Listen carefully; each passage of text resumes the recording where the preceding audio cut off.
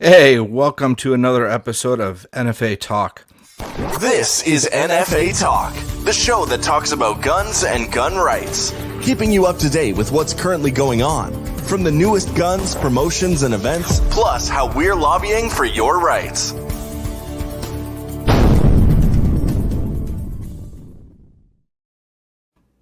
Hey, I'm your host, Jordan Vandenhoff, and I'm here with Rob Boutilier, also known as the Patriotic Dad. Hey, Rob, how's it going?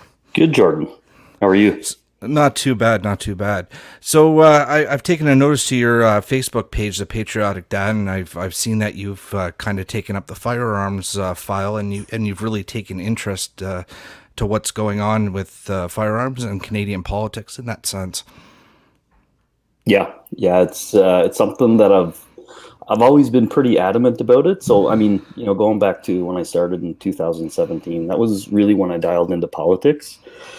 And the whole firearms piece for me is really, I grew up around firearms, did a lot of hunting with my father, spent a lot of time on the farm using it to kind of take care of critters and stuff like that. And just watching what's been happening in politics with firearms, like it's infuriating to see the hypocrisy behind it all. For me, it was more, I'm interested in firearms. I think I told you I've recently obtained my RPAL. But more so than just the interest in firearms was just the overall hypocrisy of targeting legal firearms owners and smearing everybody with the same paintbrush. That elimination of individual accountability. It's not the people that are committing the crimes; it's the guns. Is really the stance that the government has taken. So it really bothered me, and that was really where I really got turned on to it and took interest. Right, and like you said, you just got your RPAL, which is a little too late. I mean, how does it feel, the fact that many of your friends went out and purchased AR-15s and now have them in the safe, and you can't even go to a store right now and purchase one of those? It's gross. It's a really gross thing to see. And again, like I said, it's infuriating, just the hypocrisy behind it all. Like, they've put this OIC in place. They're slowly prohibiting more and more firearms with no notice, with no rhyme or reason to any of them. I mean, realistically, when you look at what the government's doing, the logic they've built behind this order in council and this confiscation scheme that they're working allows them to use this as a Trojan horse to really take every firearm away under the logic that they've built. And that's the frightening part is, I know there's a lot of people with nefarious intentions. I know there's a lot of people that aren't really well informed, who are probably good people and, have been frightened by the government and by all the rhetoric about firearms. And they're all supporting this what I feel to be violation of what I think to be our natural rights. And again, like I said, it's just going to grow from here. So essentially, they've set themselves on a path where they can prohibit any firearm at any point in time. So once they get rid of all the stuff they deem to be scary, which again functionally is no different than any other of the firearms that are available, where then do they go, right? Absolutely, and I take it you're talking about, referring to the Evergreen plan that Bill Blair just released. Exactly. Yeah. It's going to give them unlimited power to just say, hey, we don't like the way this one looks. Let's ban it.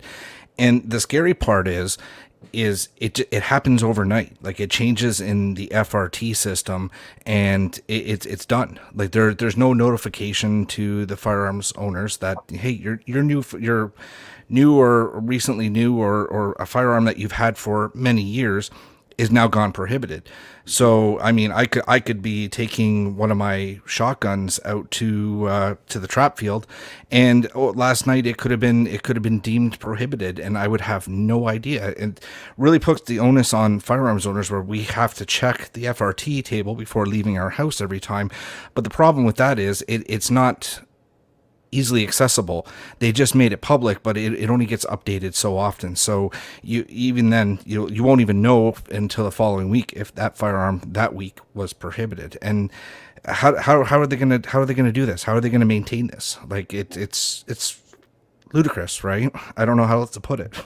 Well, and again, you've got, the firearms community, like statistically, if you look at the numbers behind firearms owners, they're the most peaceful, law-abiding people in the entire country. And the government's put things in place that criminalizes these people overnight who've earned the right to have these firearms, and they've earned that freedom through their behaviors and their commitment to the culture and the training and everything they've done. And that's the really disgusting part to me is again, and and the government's rhetoric is horrible for it as well, is these legal firearms owners are somehow considered to be dangerous by the government. And when you really start digging into it, I mean, I posted something recently. I got a lot of flack over it. And there's a guy by the name of Gary Mauser, and he's done some interesting studies into firearms. And just to push the point, a firearms owner is 1/3 as likely to commit a homicide as a male member of the general population, which is astounding when you think of it. I mean, yeah, and that being said, the point I made recently was that the leftist who's pounding their chest demanding gun confiscation is 3 times more likely statistically to commit a homicide than a legal gun owner. But who do we target? Right? That's the hypocritical piece to me is, from a risk management perspective, we're targeting the most peaceful, the least dangerous segment of society with endless government resources. It's the whole conversation is about legal firearms owners and what we need to do to them, and we're ignoring all the big things. There's a ton of things that are killing thousands of people every year, and you don't hear a peep about those things. That's right, and I keep telling people this. They're the government's lazy. They're taking the wrong approach. They're going after the law-abiding citizens, the ones that will comply with the new regulations, the ones that will show least resistance, and they're failing to go after the criminals who we all know don't obey the laws as it is. Yep. I've been looking at numbers, and you look at the amount of effort the government's been putting into focusing on legal gun owners. So, as a population, when you look at homicides committed by legal gun owners, it's 0.04 per 100,000, and that is exceptionally low statistically. I mean, when you look at the flu and pneumonia, for example, it's 20 per 100,000. When you look at just overall death in general in Canada, you're looking at 750 per 100,000 yearly. So my big point I've been making recently is these people who are demanding more gun control and gun confiscation, they base it off the premise that they care for human lives. And this is where it's frustrating for me is every one of these people who are trying to push this agenda, when you look at opioid deaths in Canada, when you look at overdoses, you're looking at about, almost 5,000 people a year dying of overdose in Canada. And that equates to, as a statistic, 13 per 100,000 people. So legal firearms owners, 0.04 per 100,000. Opioids, 13 per 100,000. You don't hear a word from the politicians on it. These people who claim to care so much about human life that we can't have firearms on the streets and blah, blah, blah. I haven't seen one of them make a single comment about opioid deaths in Canada. So again, if these people truly were in this, because they cared about human lives and not to be trendy and attack what appears to be an easy target, they'd be talking about this stuff. I mean, you've got doctors that are advocating for gun control now.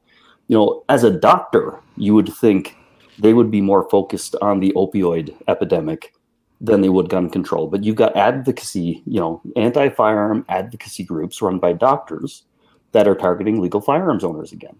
And again, the wrong conversation is happening in Canada right now. To me, it's amazing we're even having a conversation about firearms and gun control with the systems we currently have in place. And even then, I mean, most of the systems that we already have in place go over and beyond. Most of the general public will agree that Canada does have strict gun control, but if you look at it, where's the public from the public safety aspect? What has the gun control that we have currently done to prevent anything, whether it's 5 rounds in a magazine versus 6 rounds or 7 rounds in a magazine. It's going to make no difference to public safety.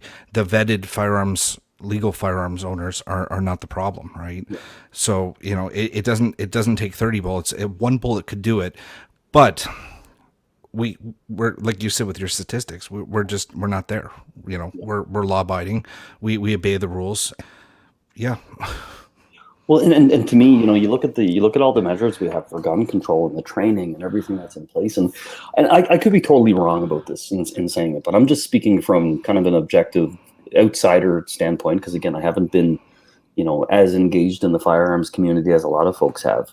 But a lot of the gun control measures in place right now, I feel, are absolutely 100% ineffective at stopping, somebody hell-bent on committing a crime from obtaining a firearm and doing it. To me, they're very effective for, firearm safety and stopping accidental discharge and, deaths from that means. They've been hugely successful in making, firearms ownership safer for firearms owners. But when you take that tool and now you try to shift it towards the people who don't follow laws and aren't going to follow any of these rules, it's insane that we're actually having a conversation about this. We're sitting here saying we're going to put more legislation, we're going to put more bureaucracy in place to stop people who ignore legislation and bureaucracy from doing what they're hell-bent on doing because they're demented, sick individuals, right? It's insane to me that we're actually focusing taxpayer dollars and that's become such a huge part of the public conversation right now is that point, right? Well, that's just exactly it. I mean, taxpayers' dollars. What the government's doing right now, there's no evidence that this is going to change anything, and it's going to cost billions of dollars to purchase back all these firearms.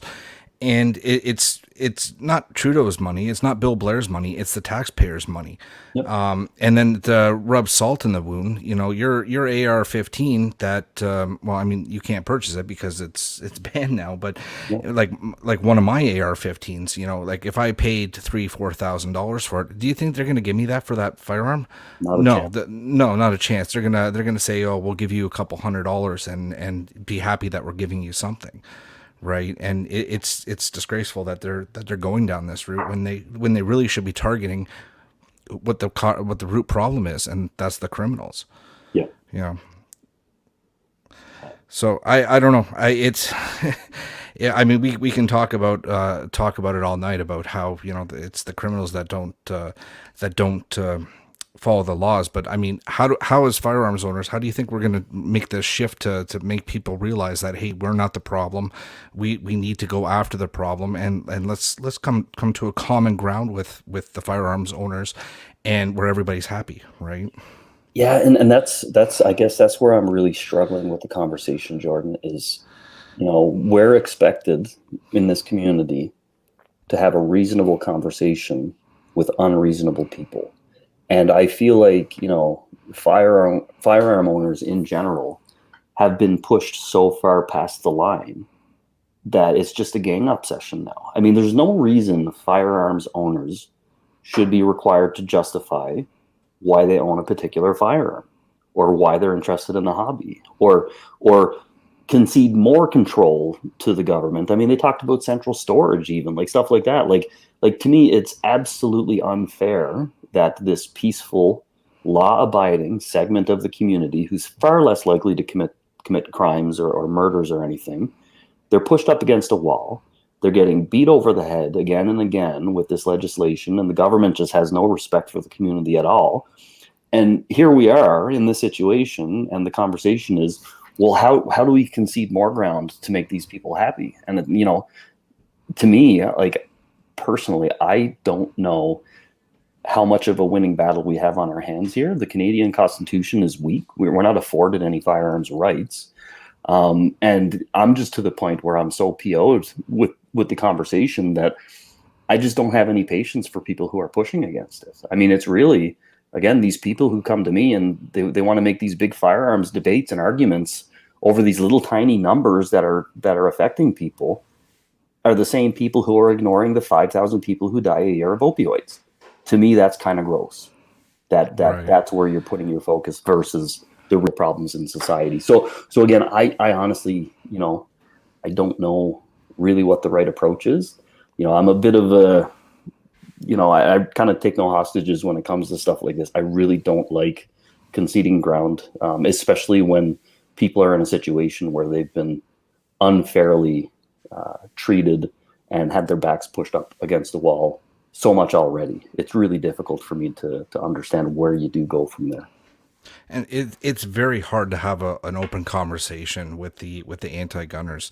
The media suppresses us. Facebook slows us down. They don't they basically what we can talk about is shadow banning. Like they'll close your page down. They'll slow you down. They kill your reach. Mainstream media, they're really great at showing all the negatives, but do they show the positives? There's many gun clubs out there that do great things for their community, whether they're doing charity events or they're bringing the general public out to try to educate them better on firearms and to show the general public, hey, like this is what goes on at a gun range. There's not a whole bunch of people dressed up as Rambo running around toting their guns and shooting these assault style, as they call it, firearms, because they just don't exist. I mean, right now, like our AR-15s, you pull the trigger once, it fires around. You have to release the trigger and then pull the trigger again. It's not just pull and hold and spray and pray. It's ludicrous that they call them these military weapons. And when Trudeau says these were designed for war and meant to be to kill the most people in the least amount of time. Well, I mean, in Canada, we're only allowed 5 rounds. If your magazine can hold more than 5, you put this rivet in there, you can only put 5. So, I mean, you have to pull the trigger 5 times, right? Because we're law-abiding citizens, and that's not going to happen in the first place. So it's silly listening to, like, when I listen to him and I listen to all his sayings, it's just absolutely ludicrous and silly that they want to go down this road. Well, their warping of language is, and again, this stuff really does frighten me when I see it, right? So this military assault weapon, assault style weapon, and this term, and you know as well as I do, Jordan, a group of ideological leftists sat in a room and decided this is the most scary way we can frame up firearms to get what we want out of the conversation. And they said, weapons designed to kill the most people in the shortest period of time, which is absolutely wrong. It's disgusting. Firearms, most of these are for sport shooting, for hunting. I would say, any firearm that's on the market right now, you're not going to find one that was designed with the explicit intent to kill the most number of people possible in the shortest amount of time, as the liberals say. Like, to me, that's pure slander on even the firearms designers themselves when they're doing that. And that's where I get frustrated with it, is because, again, the assault style weapons, and that's the question I ask people when they start arguing with me about firearms, because, again, we already talked about this. I'm not deep into the community at this point. I've got a lot of interest in it. I did lots of hunting with my family and grew up on a farm, and we used it to protect the animals on the farm, and lots of coyote hunting, stuff like that. But as far as the sport end of things, I haven't really done it. But functionally, this is my question to these guys. Tell me what the functional difference is between what the government deems to be an assault style weapon and a regular semi-automatic firearm. And that's when the conversation comes to a stop, because they can't tell me any functional difference between the two guns, or the two types of guns. And to me, that is an indication now. This is what bothers me down the road. I mean, we're in this now, but you think if this continues 10 to 20 years from now, what kind of shape we're going to be in? Again, they've opened this up that at some point in time, they're going to have banned all the stuff. 10 to 20 years, they're looking at like 3 to 5 to get rid of all this. I mean, right now they're targeting the handguns, right? So, yeah. And then after the handguns, where are they going to go? Well, they're not just going to give up, right? So then we're going to move on to the shotguns, to the bolt actions, yep. And they don't want to wait 10 to 20 years. They want 3 to 5, and it's coming. And if you think it's not, you're fooling yourself. Yep. Well, and that's why I struggle with the whole, conversation where we reach a middle ground, because there is no middle ground. There's just more rights and I consider them to be natural rights, being taken from legal gun owners over time until there's just none left, until they're all taken away. And that's always going to be the conversation. They're demonized. They feel like, they're a peaceful community and they want to work things out. So they do that. But again, they just keep getting stomped on and they keep getting taken advantage of by the government and by all these leftists. And I explicitly call these people leftists because, again, I know lots of great liberals that, they don't feel this way about firearms and they might not agree with it, but they've got some left-wing views. But it's more the extremist end of these things that fight for these things. And they're gonna keep taking and taking and taking until there's nothing left, and then they'll find another enemy that they want to take down, and they'll take that away, and they'll take that away. You look at the UK. I mean, they have knife bans, right? That's where this stuff goes. They just ban more stuff once they run out of stuff to ban. It doesn't stop. So again, just giving any ground to these people, it's a struggle for me to really kind of get on board with that because it's just going to keep moving. At one point we're going to have to wrap ourselves in bubble wrap before we can leave the house, right? Like and like you said, the UK, I mean, they took away guns, but I mean, I can pull up a bunch of articles. They are still using guns in the UK. And who's using guns? The criminals. So now that they've taken all the firearms away from a country like that, or at least limited them a lot, then yet you're still got the criminal element that is committing these crimes. They're still smuggling these guns in, and those that are not able to do that, what do? They just change their tool, and that's what the gun is. It's a tool, So now they've gone from a firearm to a knife, and like you said, now we've got knives. So now the government's got to pose a knife ban. Where does it end? Yeah. And again, this is one of the biggest problems in society today. You see it with a lot of the movements taking place, a lot of the unrest. There's no individual accountability anymore.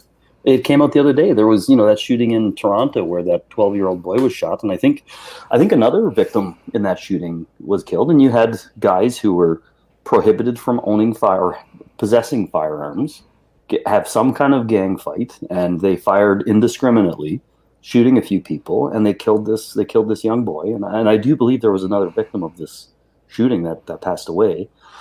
And what did you see on Twitter? Catherine McKenna came out and she essentially said, guns kill people. This needs to stop. Like, that's not verbatim, but that's roughly, what she equated it to. There was no mention of crime or gang violence, which, by the way, when you look at gun homicides, over 60% of the homicides in Canada are related to gang violence.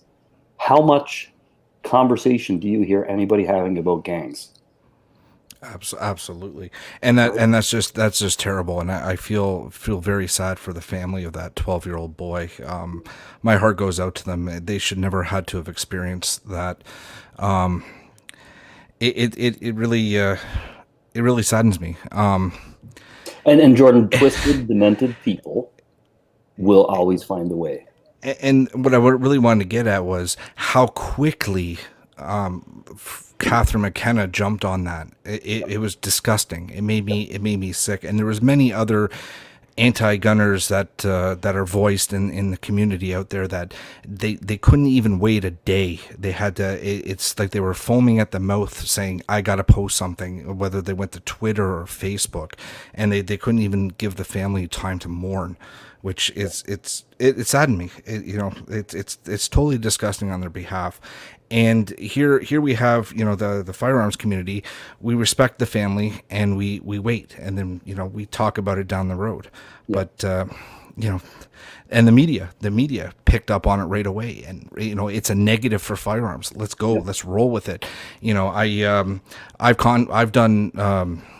I've done events where, firearms in a positive way, and you call the media up and they say, yeah, there's no story there, and it's almost, if you have to read between the lines and you have to wait for them to say, hey, if somebody gets shot, then call us and we'll come down and cover it. Right. And that's sad too, that we've gone this way.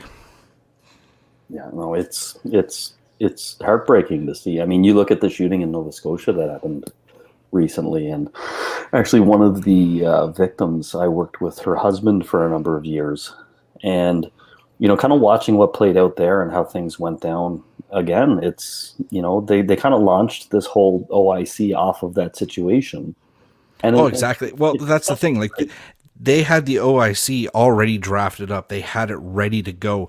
They were just waiting for the moment. And when Nova Scotia hit, that was the moment. And then they roll with it and they used it to drop what they want, what their agenda was. You know, they already had it drafted up. The same with this handgun ban. They've already got something in place. They're just waiting for the moment. And it might be this 12-year-old boy in Toronto, or we might have to wait for the next major event before they decide to move forward with it. Yeah. You know, and speaking of the Nova Scotia event, like here we have a guy that illegally obtained his firearms and used firearms that we don't know yet, but we're guessing only because of the fact that if he had one of those firearms on the OIC list, the media would have broadcasted that. Went around and did what he did, right? And I don't want to give him too much attention. And again, you know, there's so much focus on the object, the tool, and not enough focus, in my opinion, on the individual accountability and the twisted, demented people that do these things, right? You don't, that doesn't become part of the conversation because, you know, it's more elusive, I guess. It's harder to contend with. It takes more resources to deal with the mental health side of things and that portion of it. And again, the easy thing to do. And to me, you know, it's twisted because it allows the government to project results. So we've made all of these provisions and these changes, and we've restricted this ownership piece. And nobody puts two and two together and understands that all of these moves are absolutely 100% ineffective at preventing any of these crimes from taking place. Rob, it's been great talking with you, and hopefully we can do this again sometime. So everybody out there listening, please go visit Rob Boutilier's Facebook page, like and subscribe. Check out the Patriotic Dad, and Rob, thanks for joining me tonight. Awesome. Anytime, Jordan. Really enjoyed it. All right, thank you. Thanks for listening to this episode of NFA Talk. Like and follow the NFA on social media and sign up to become a member.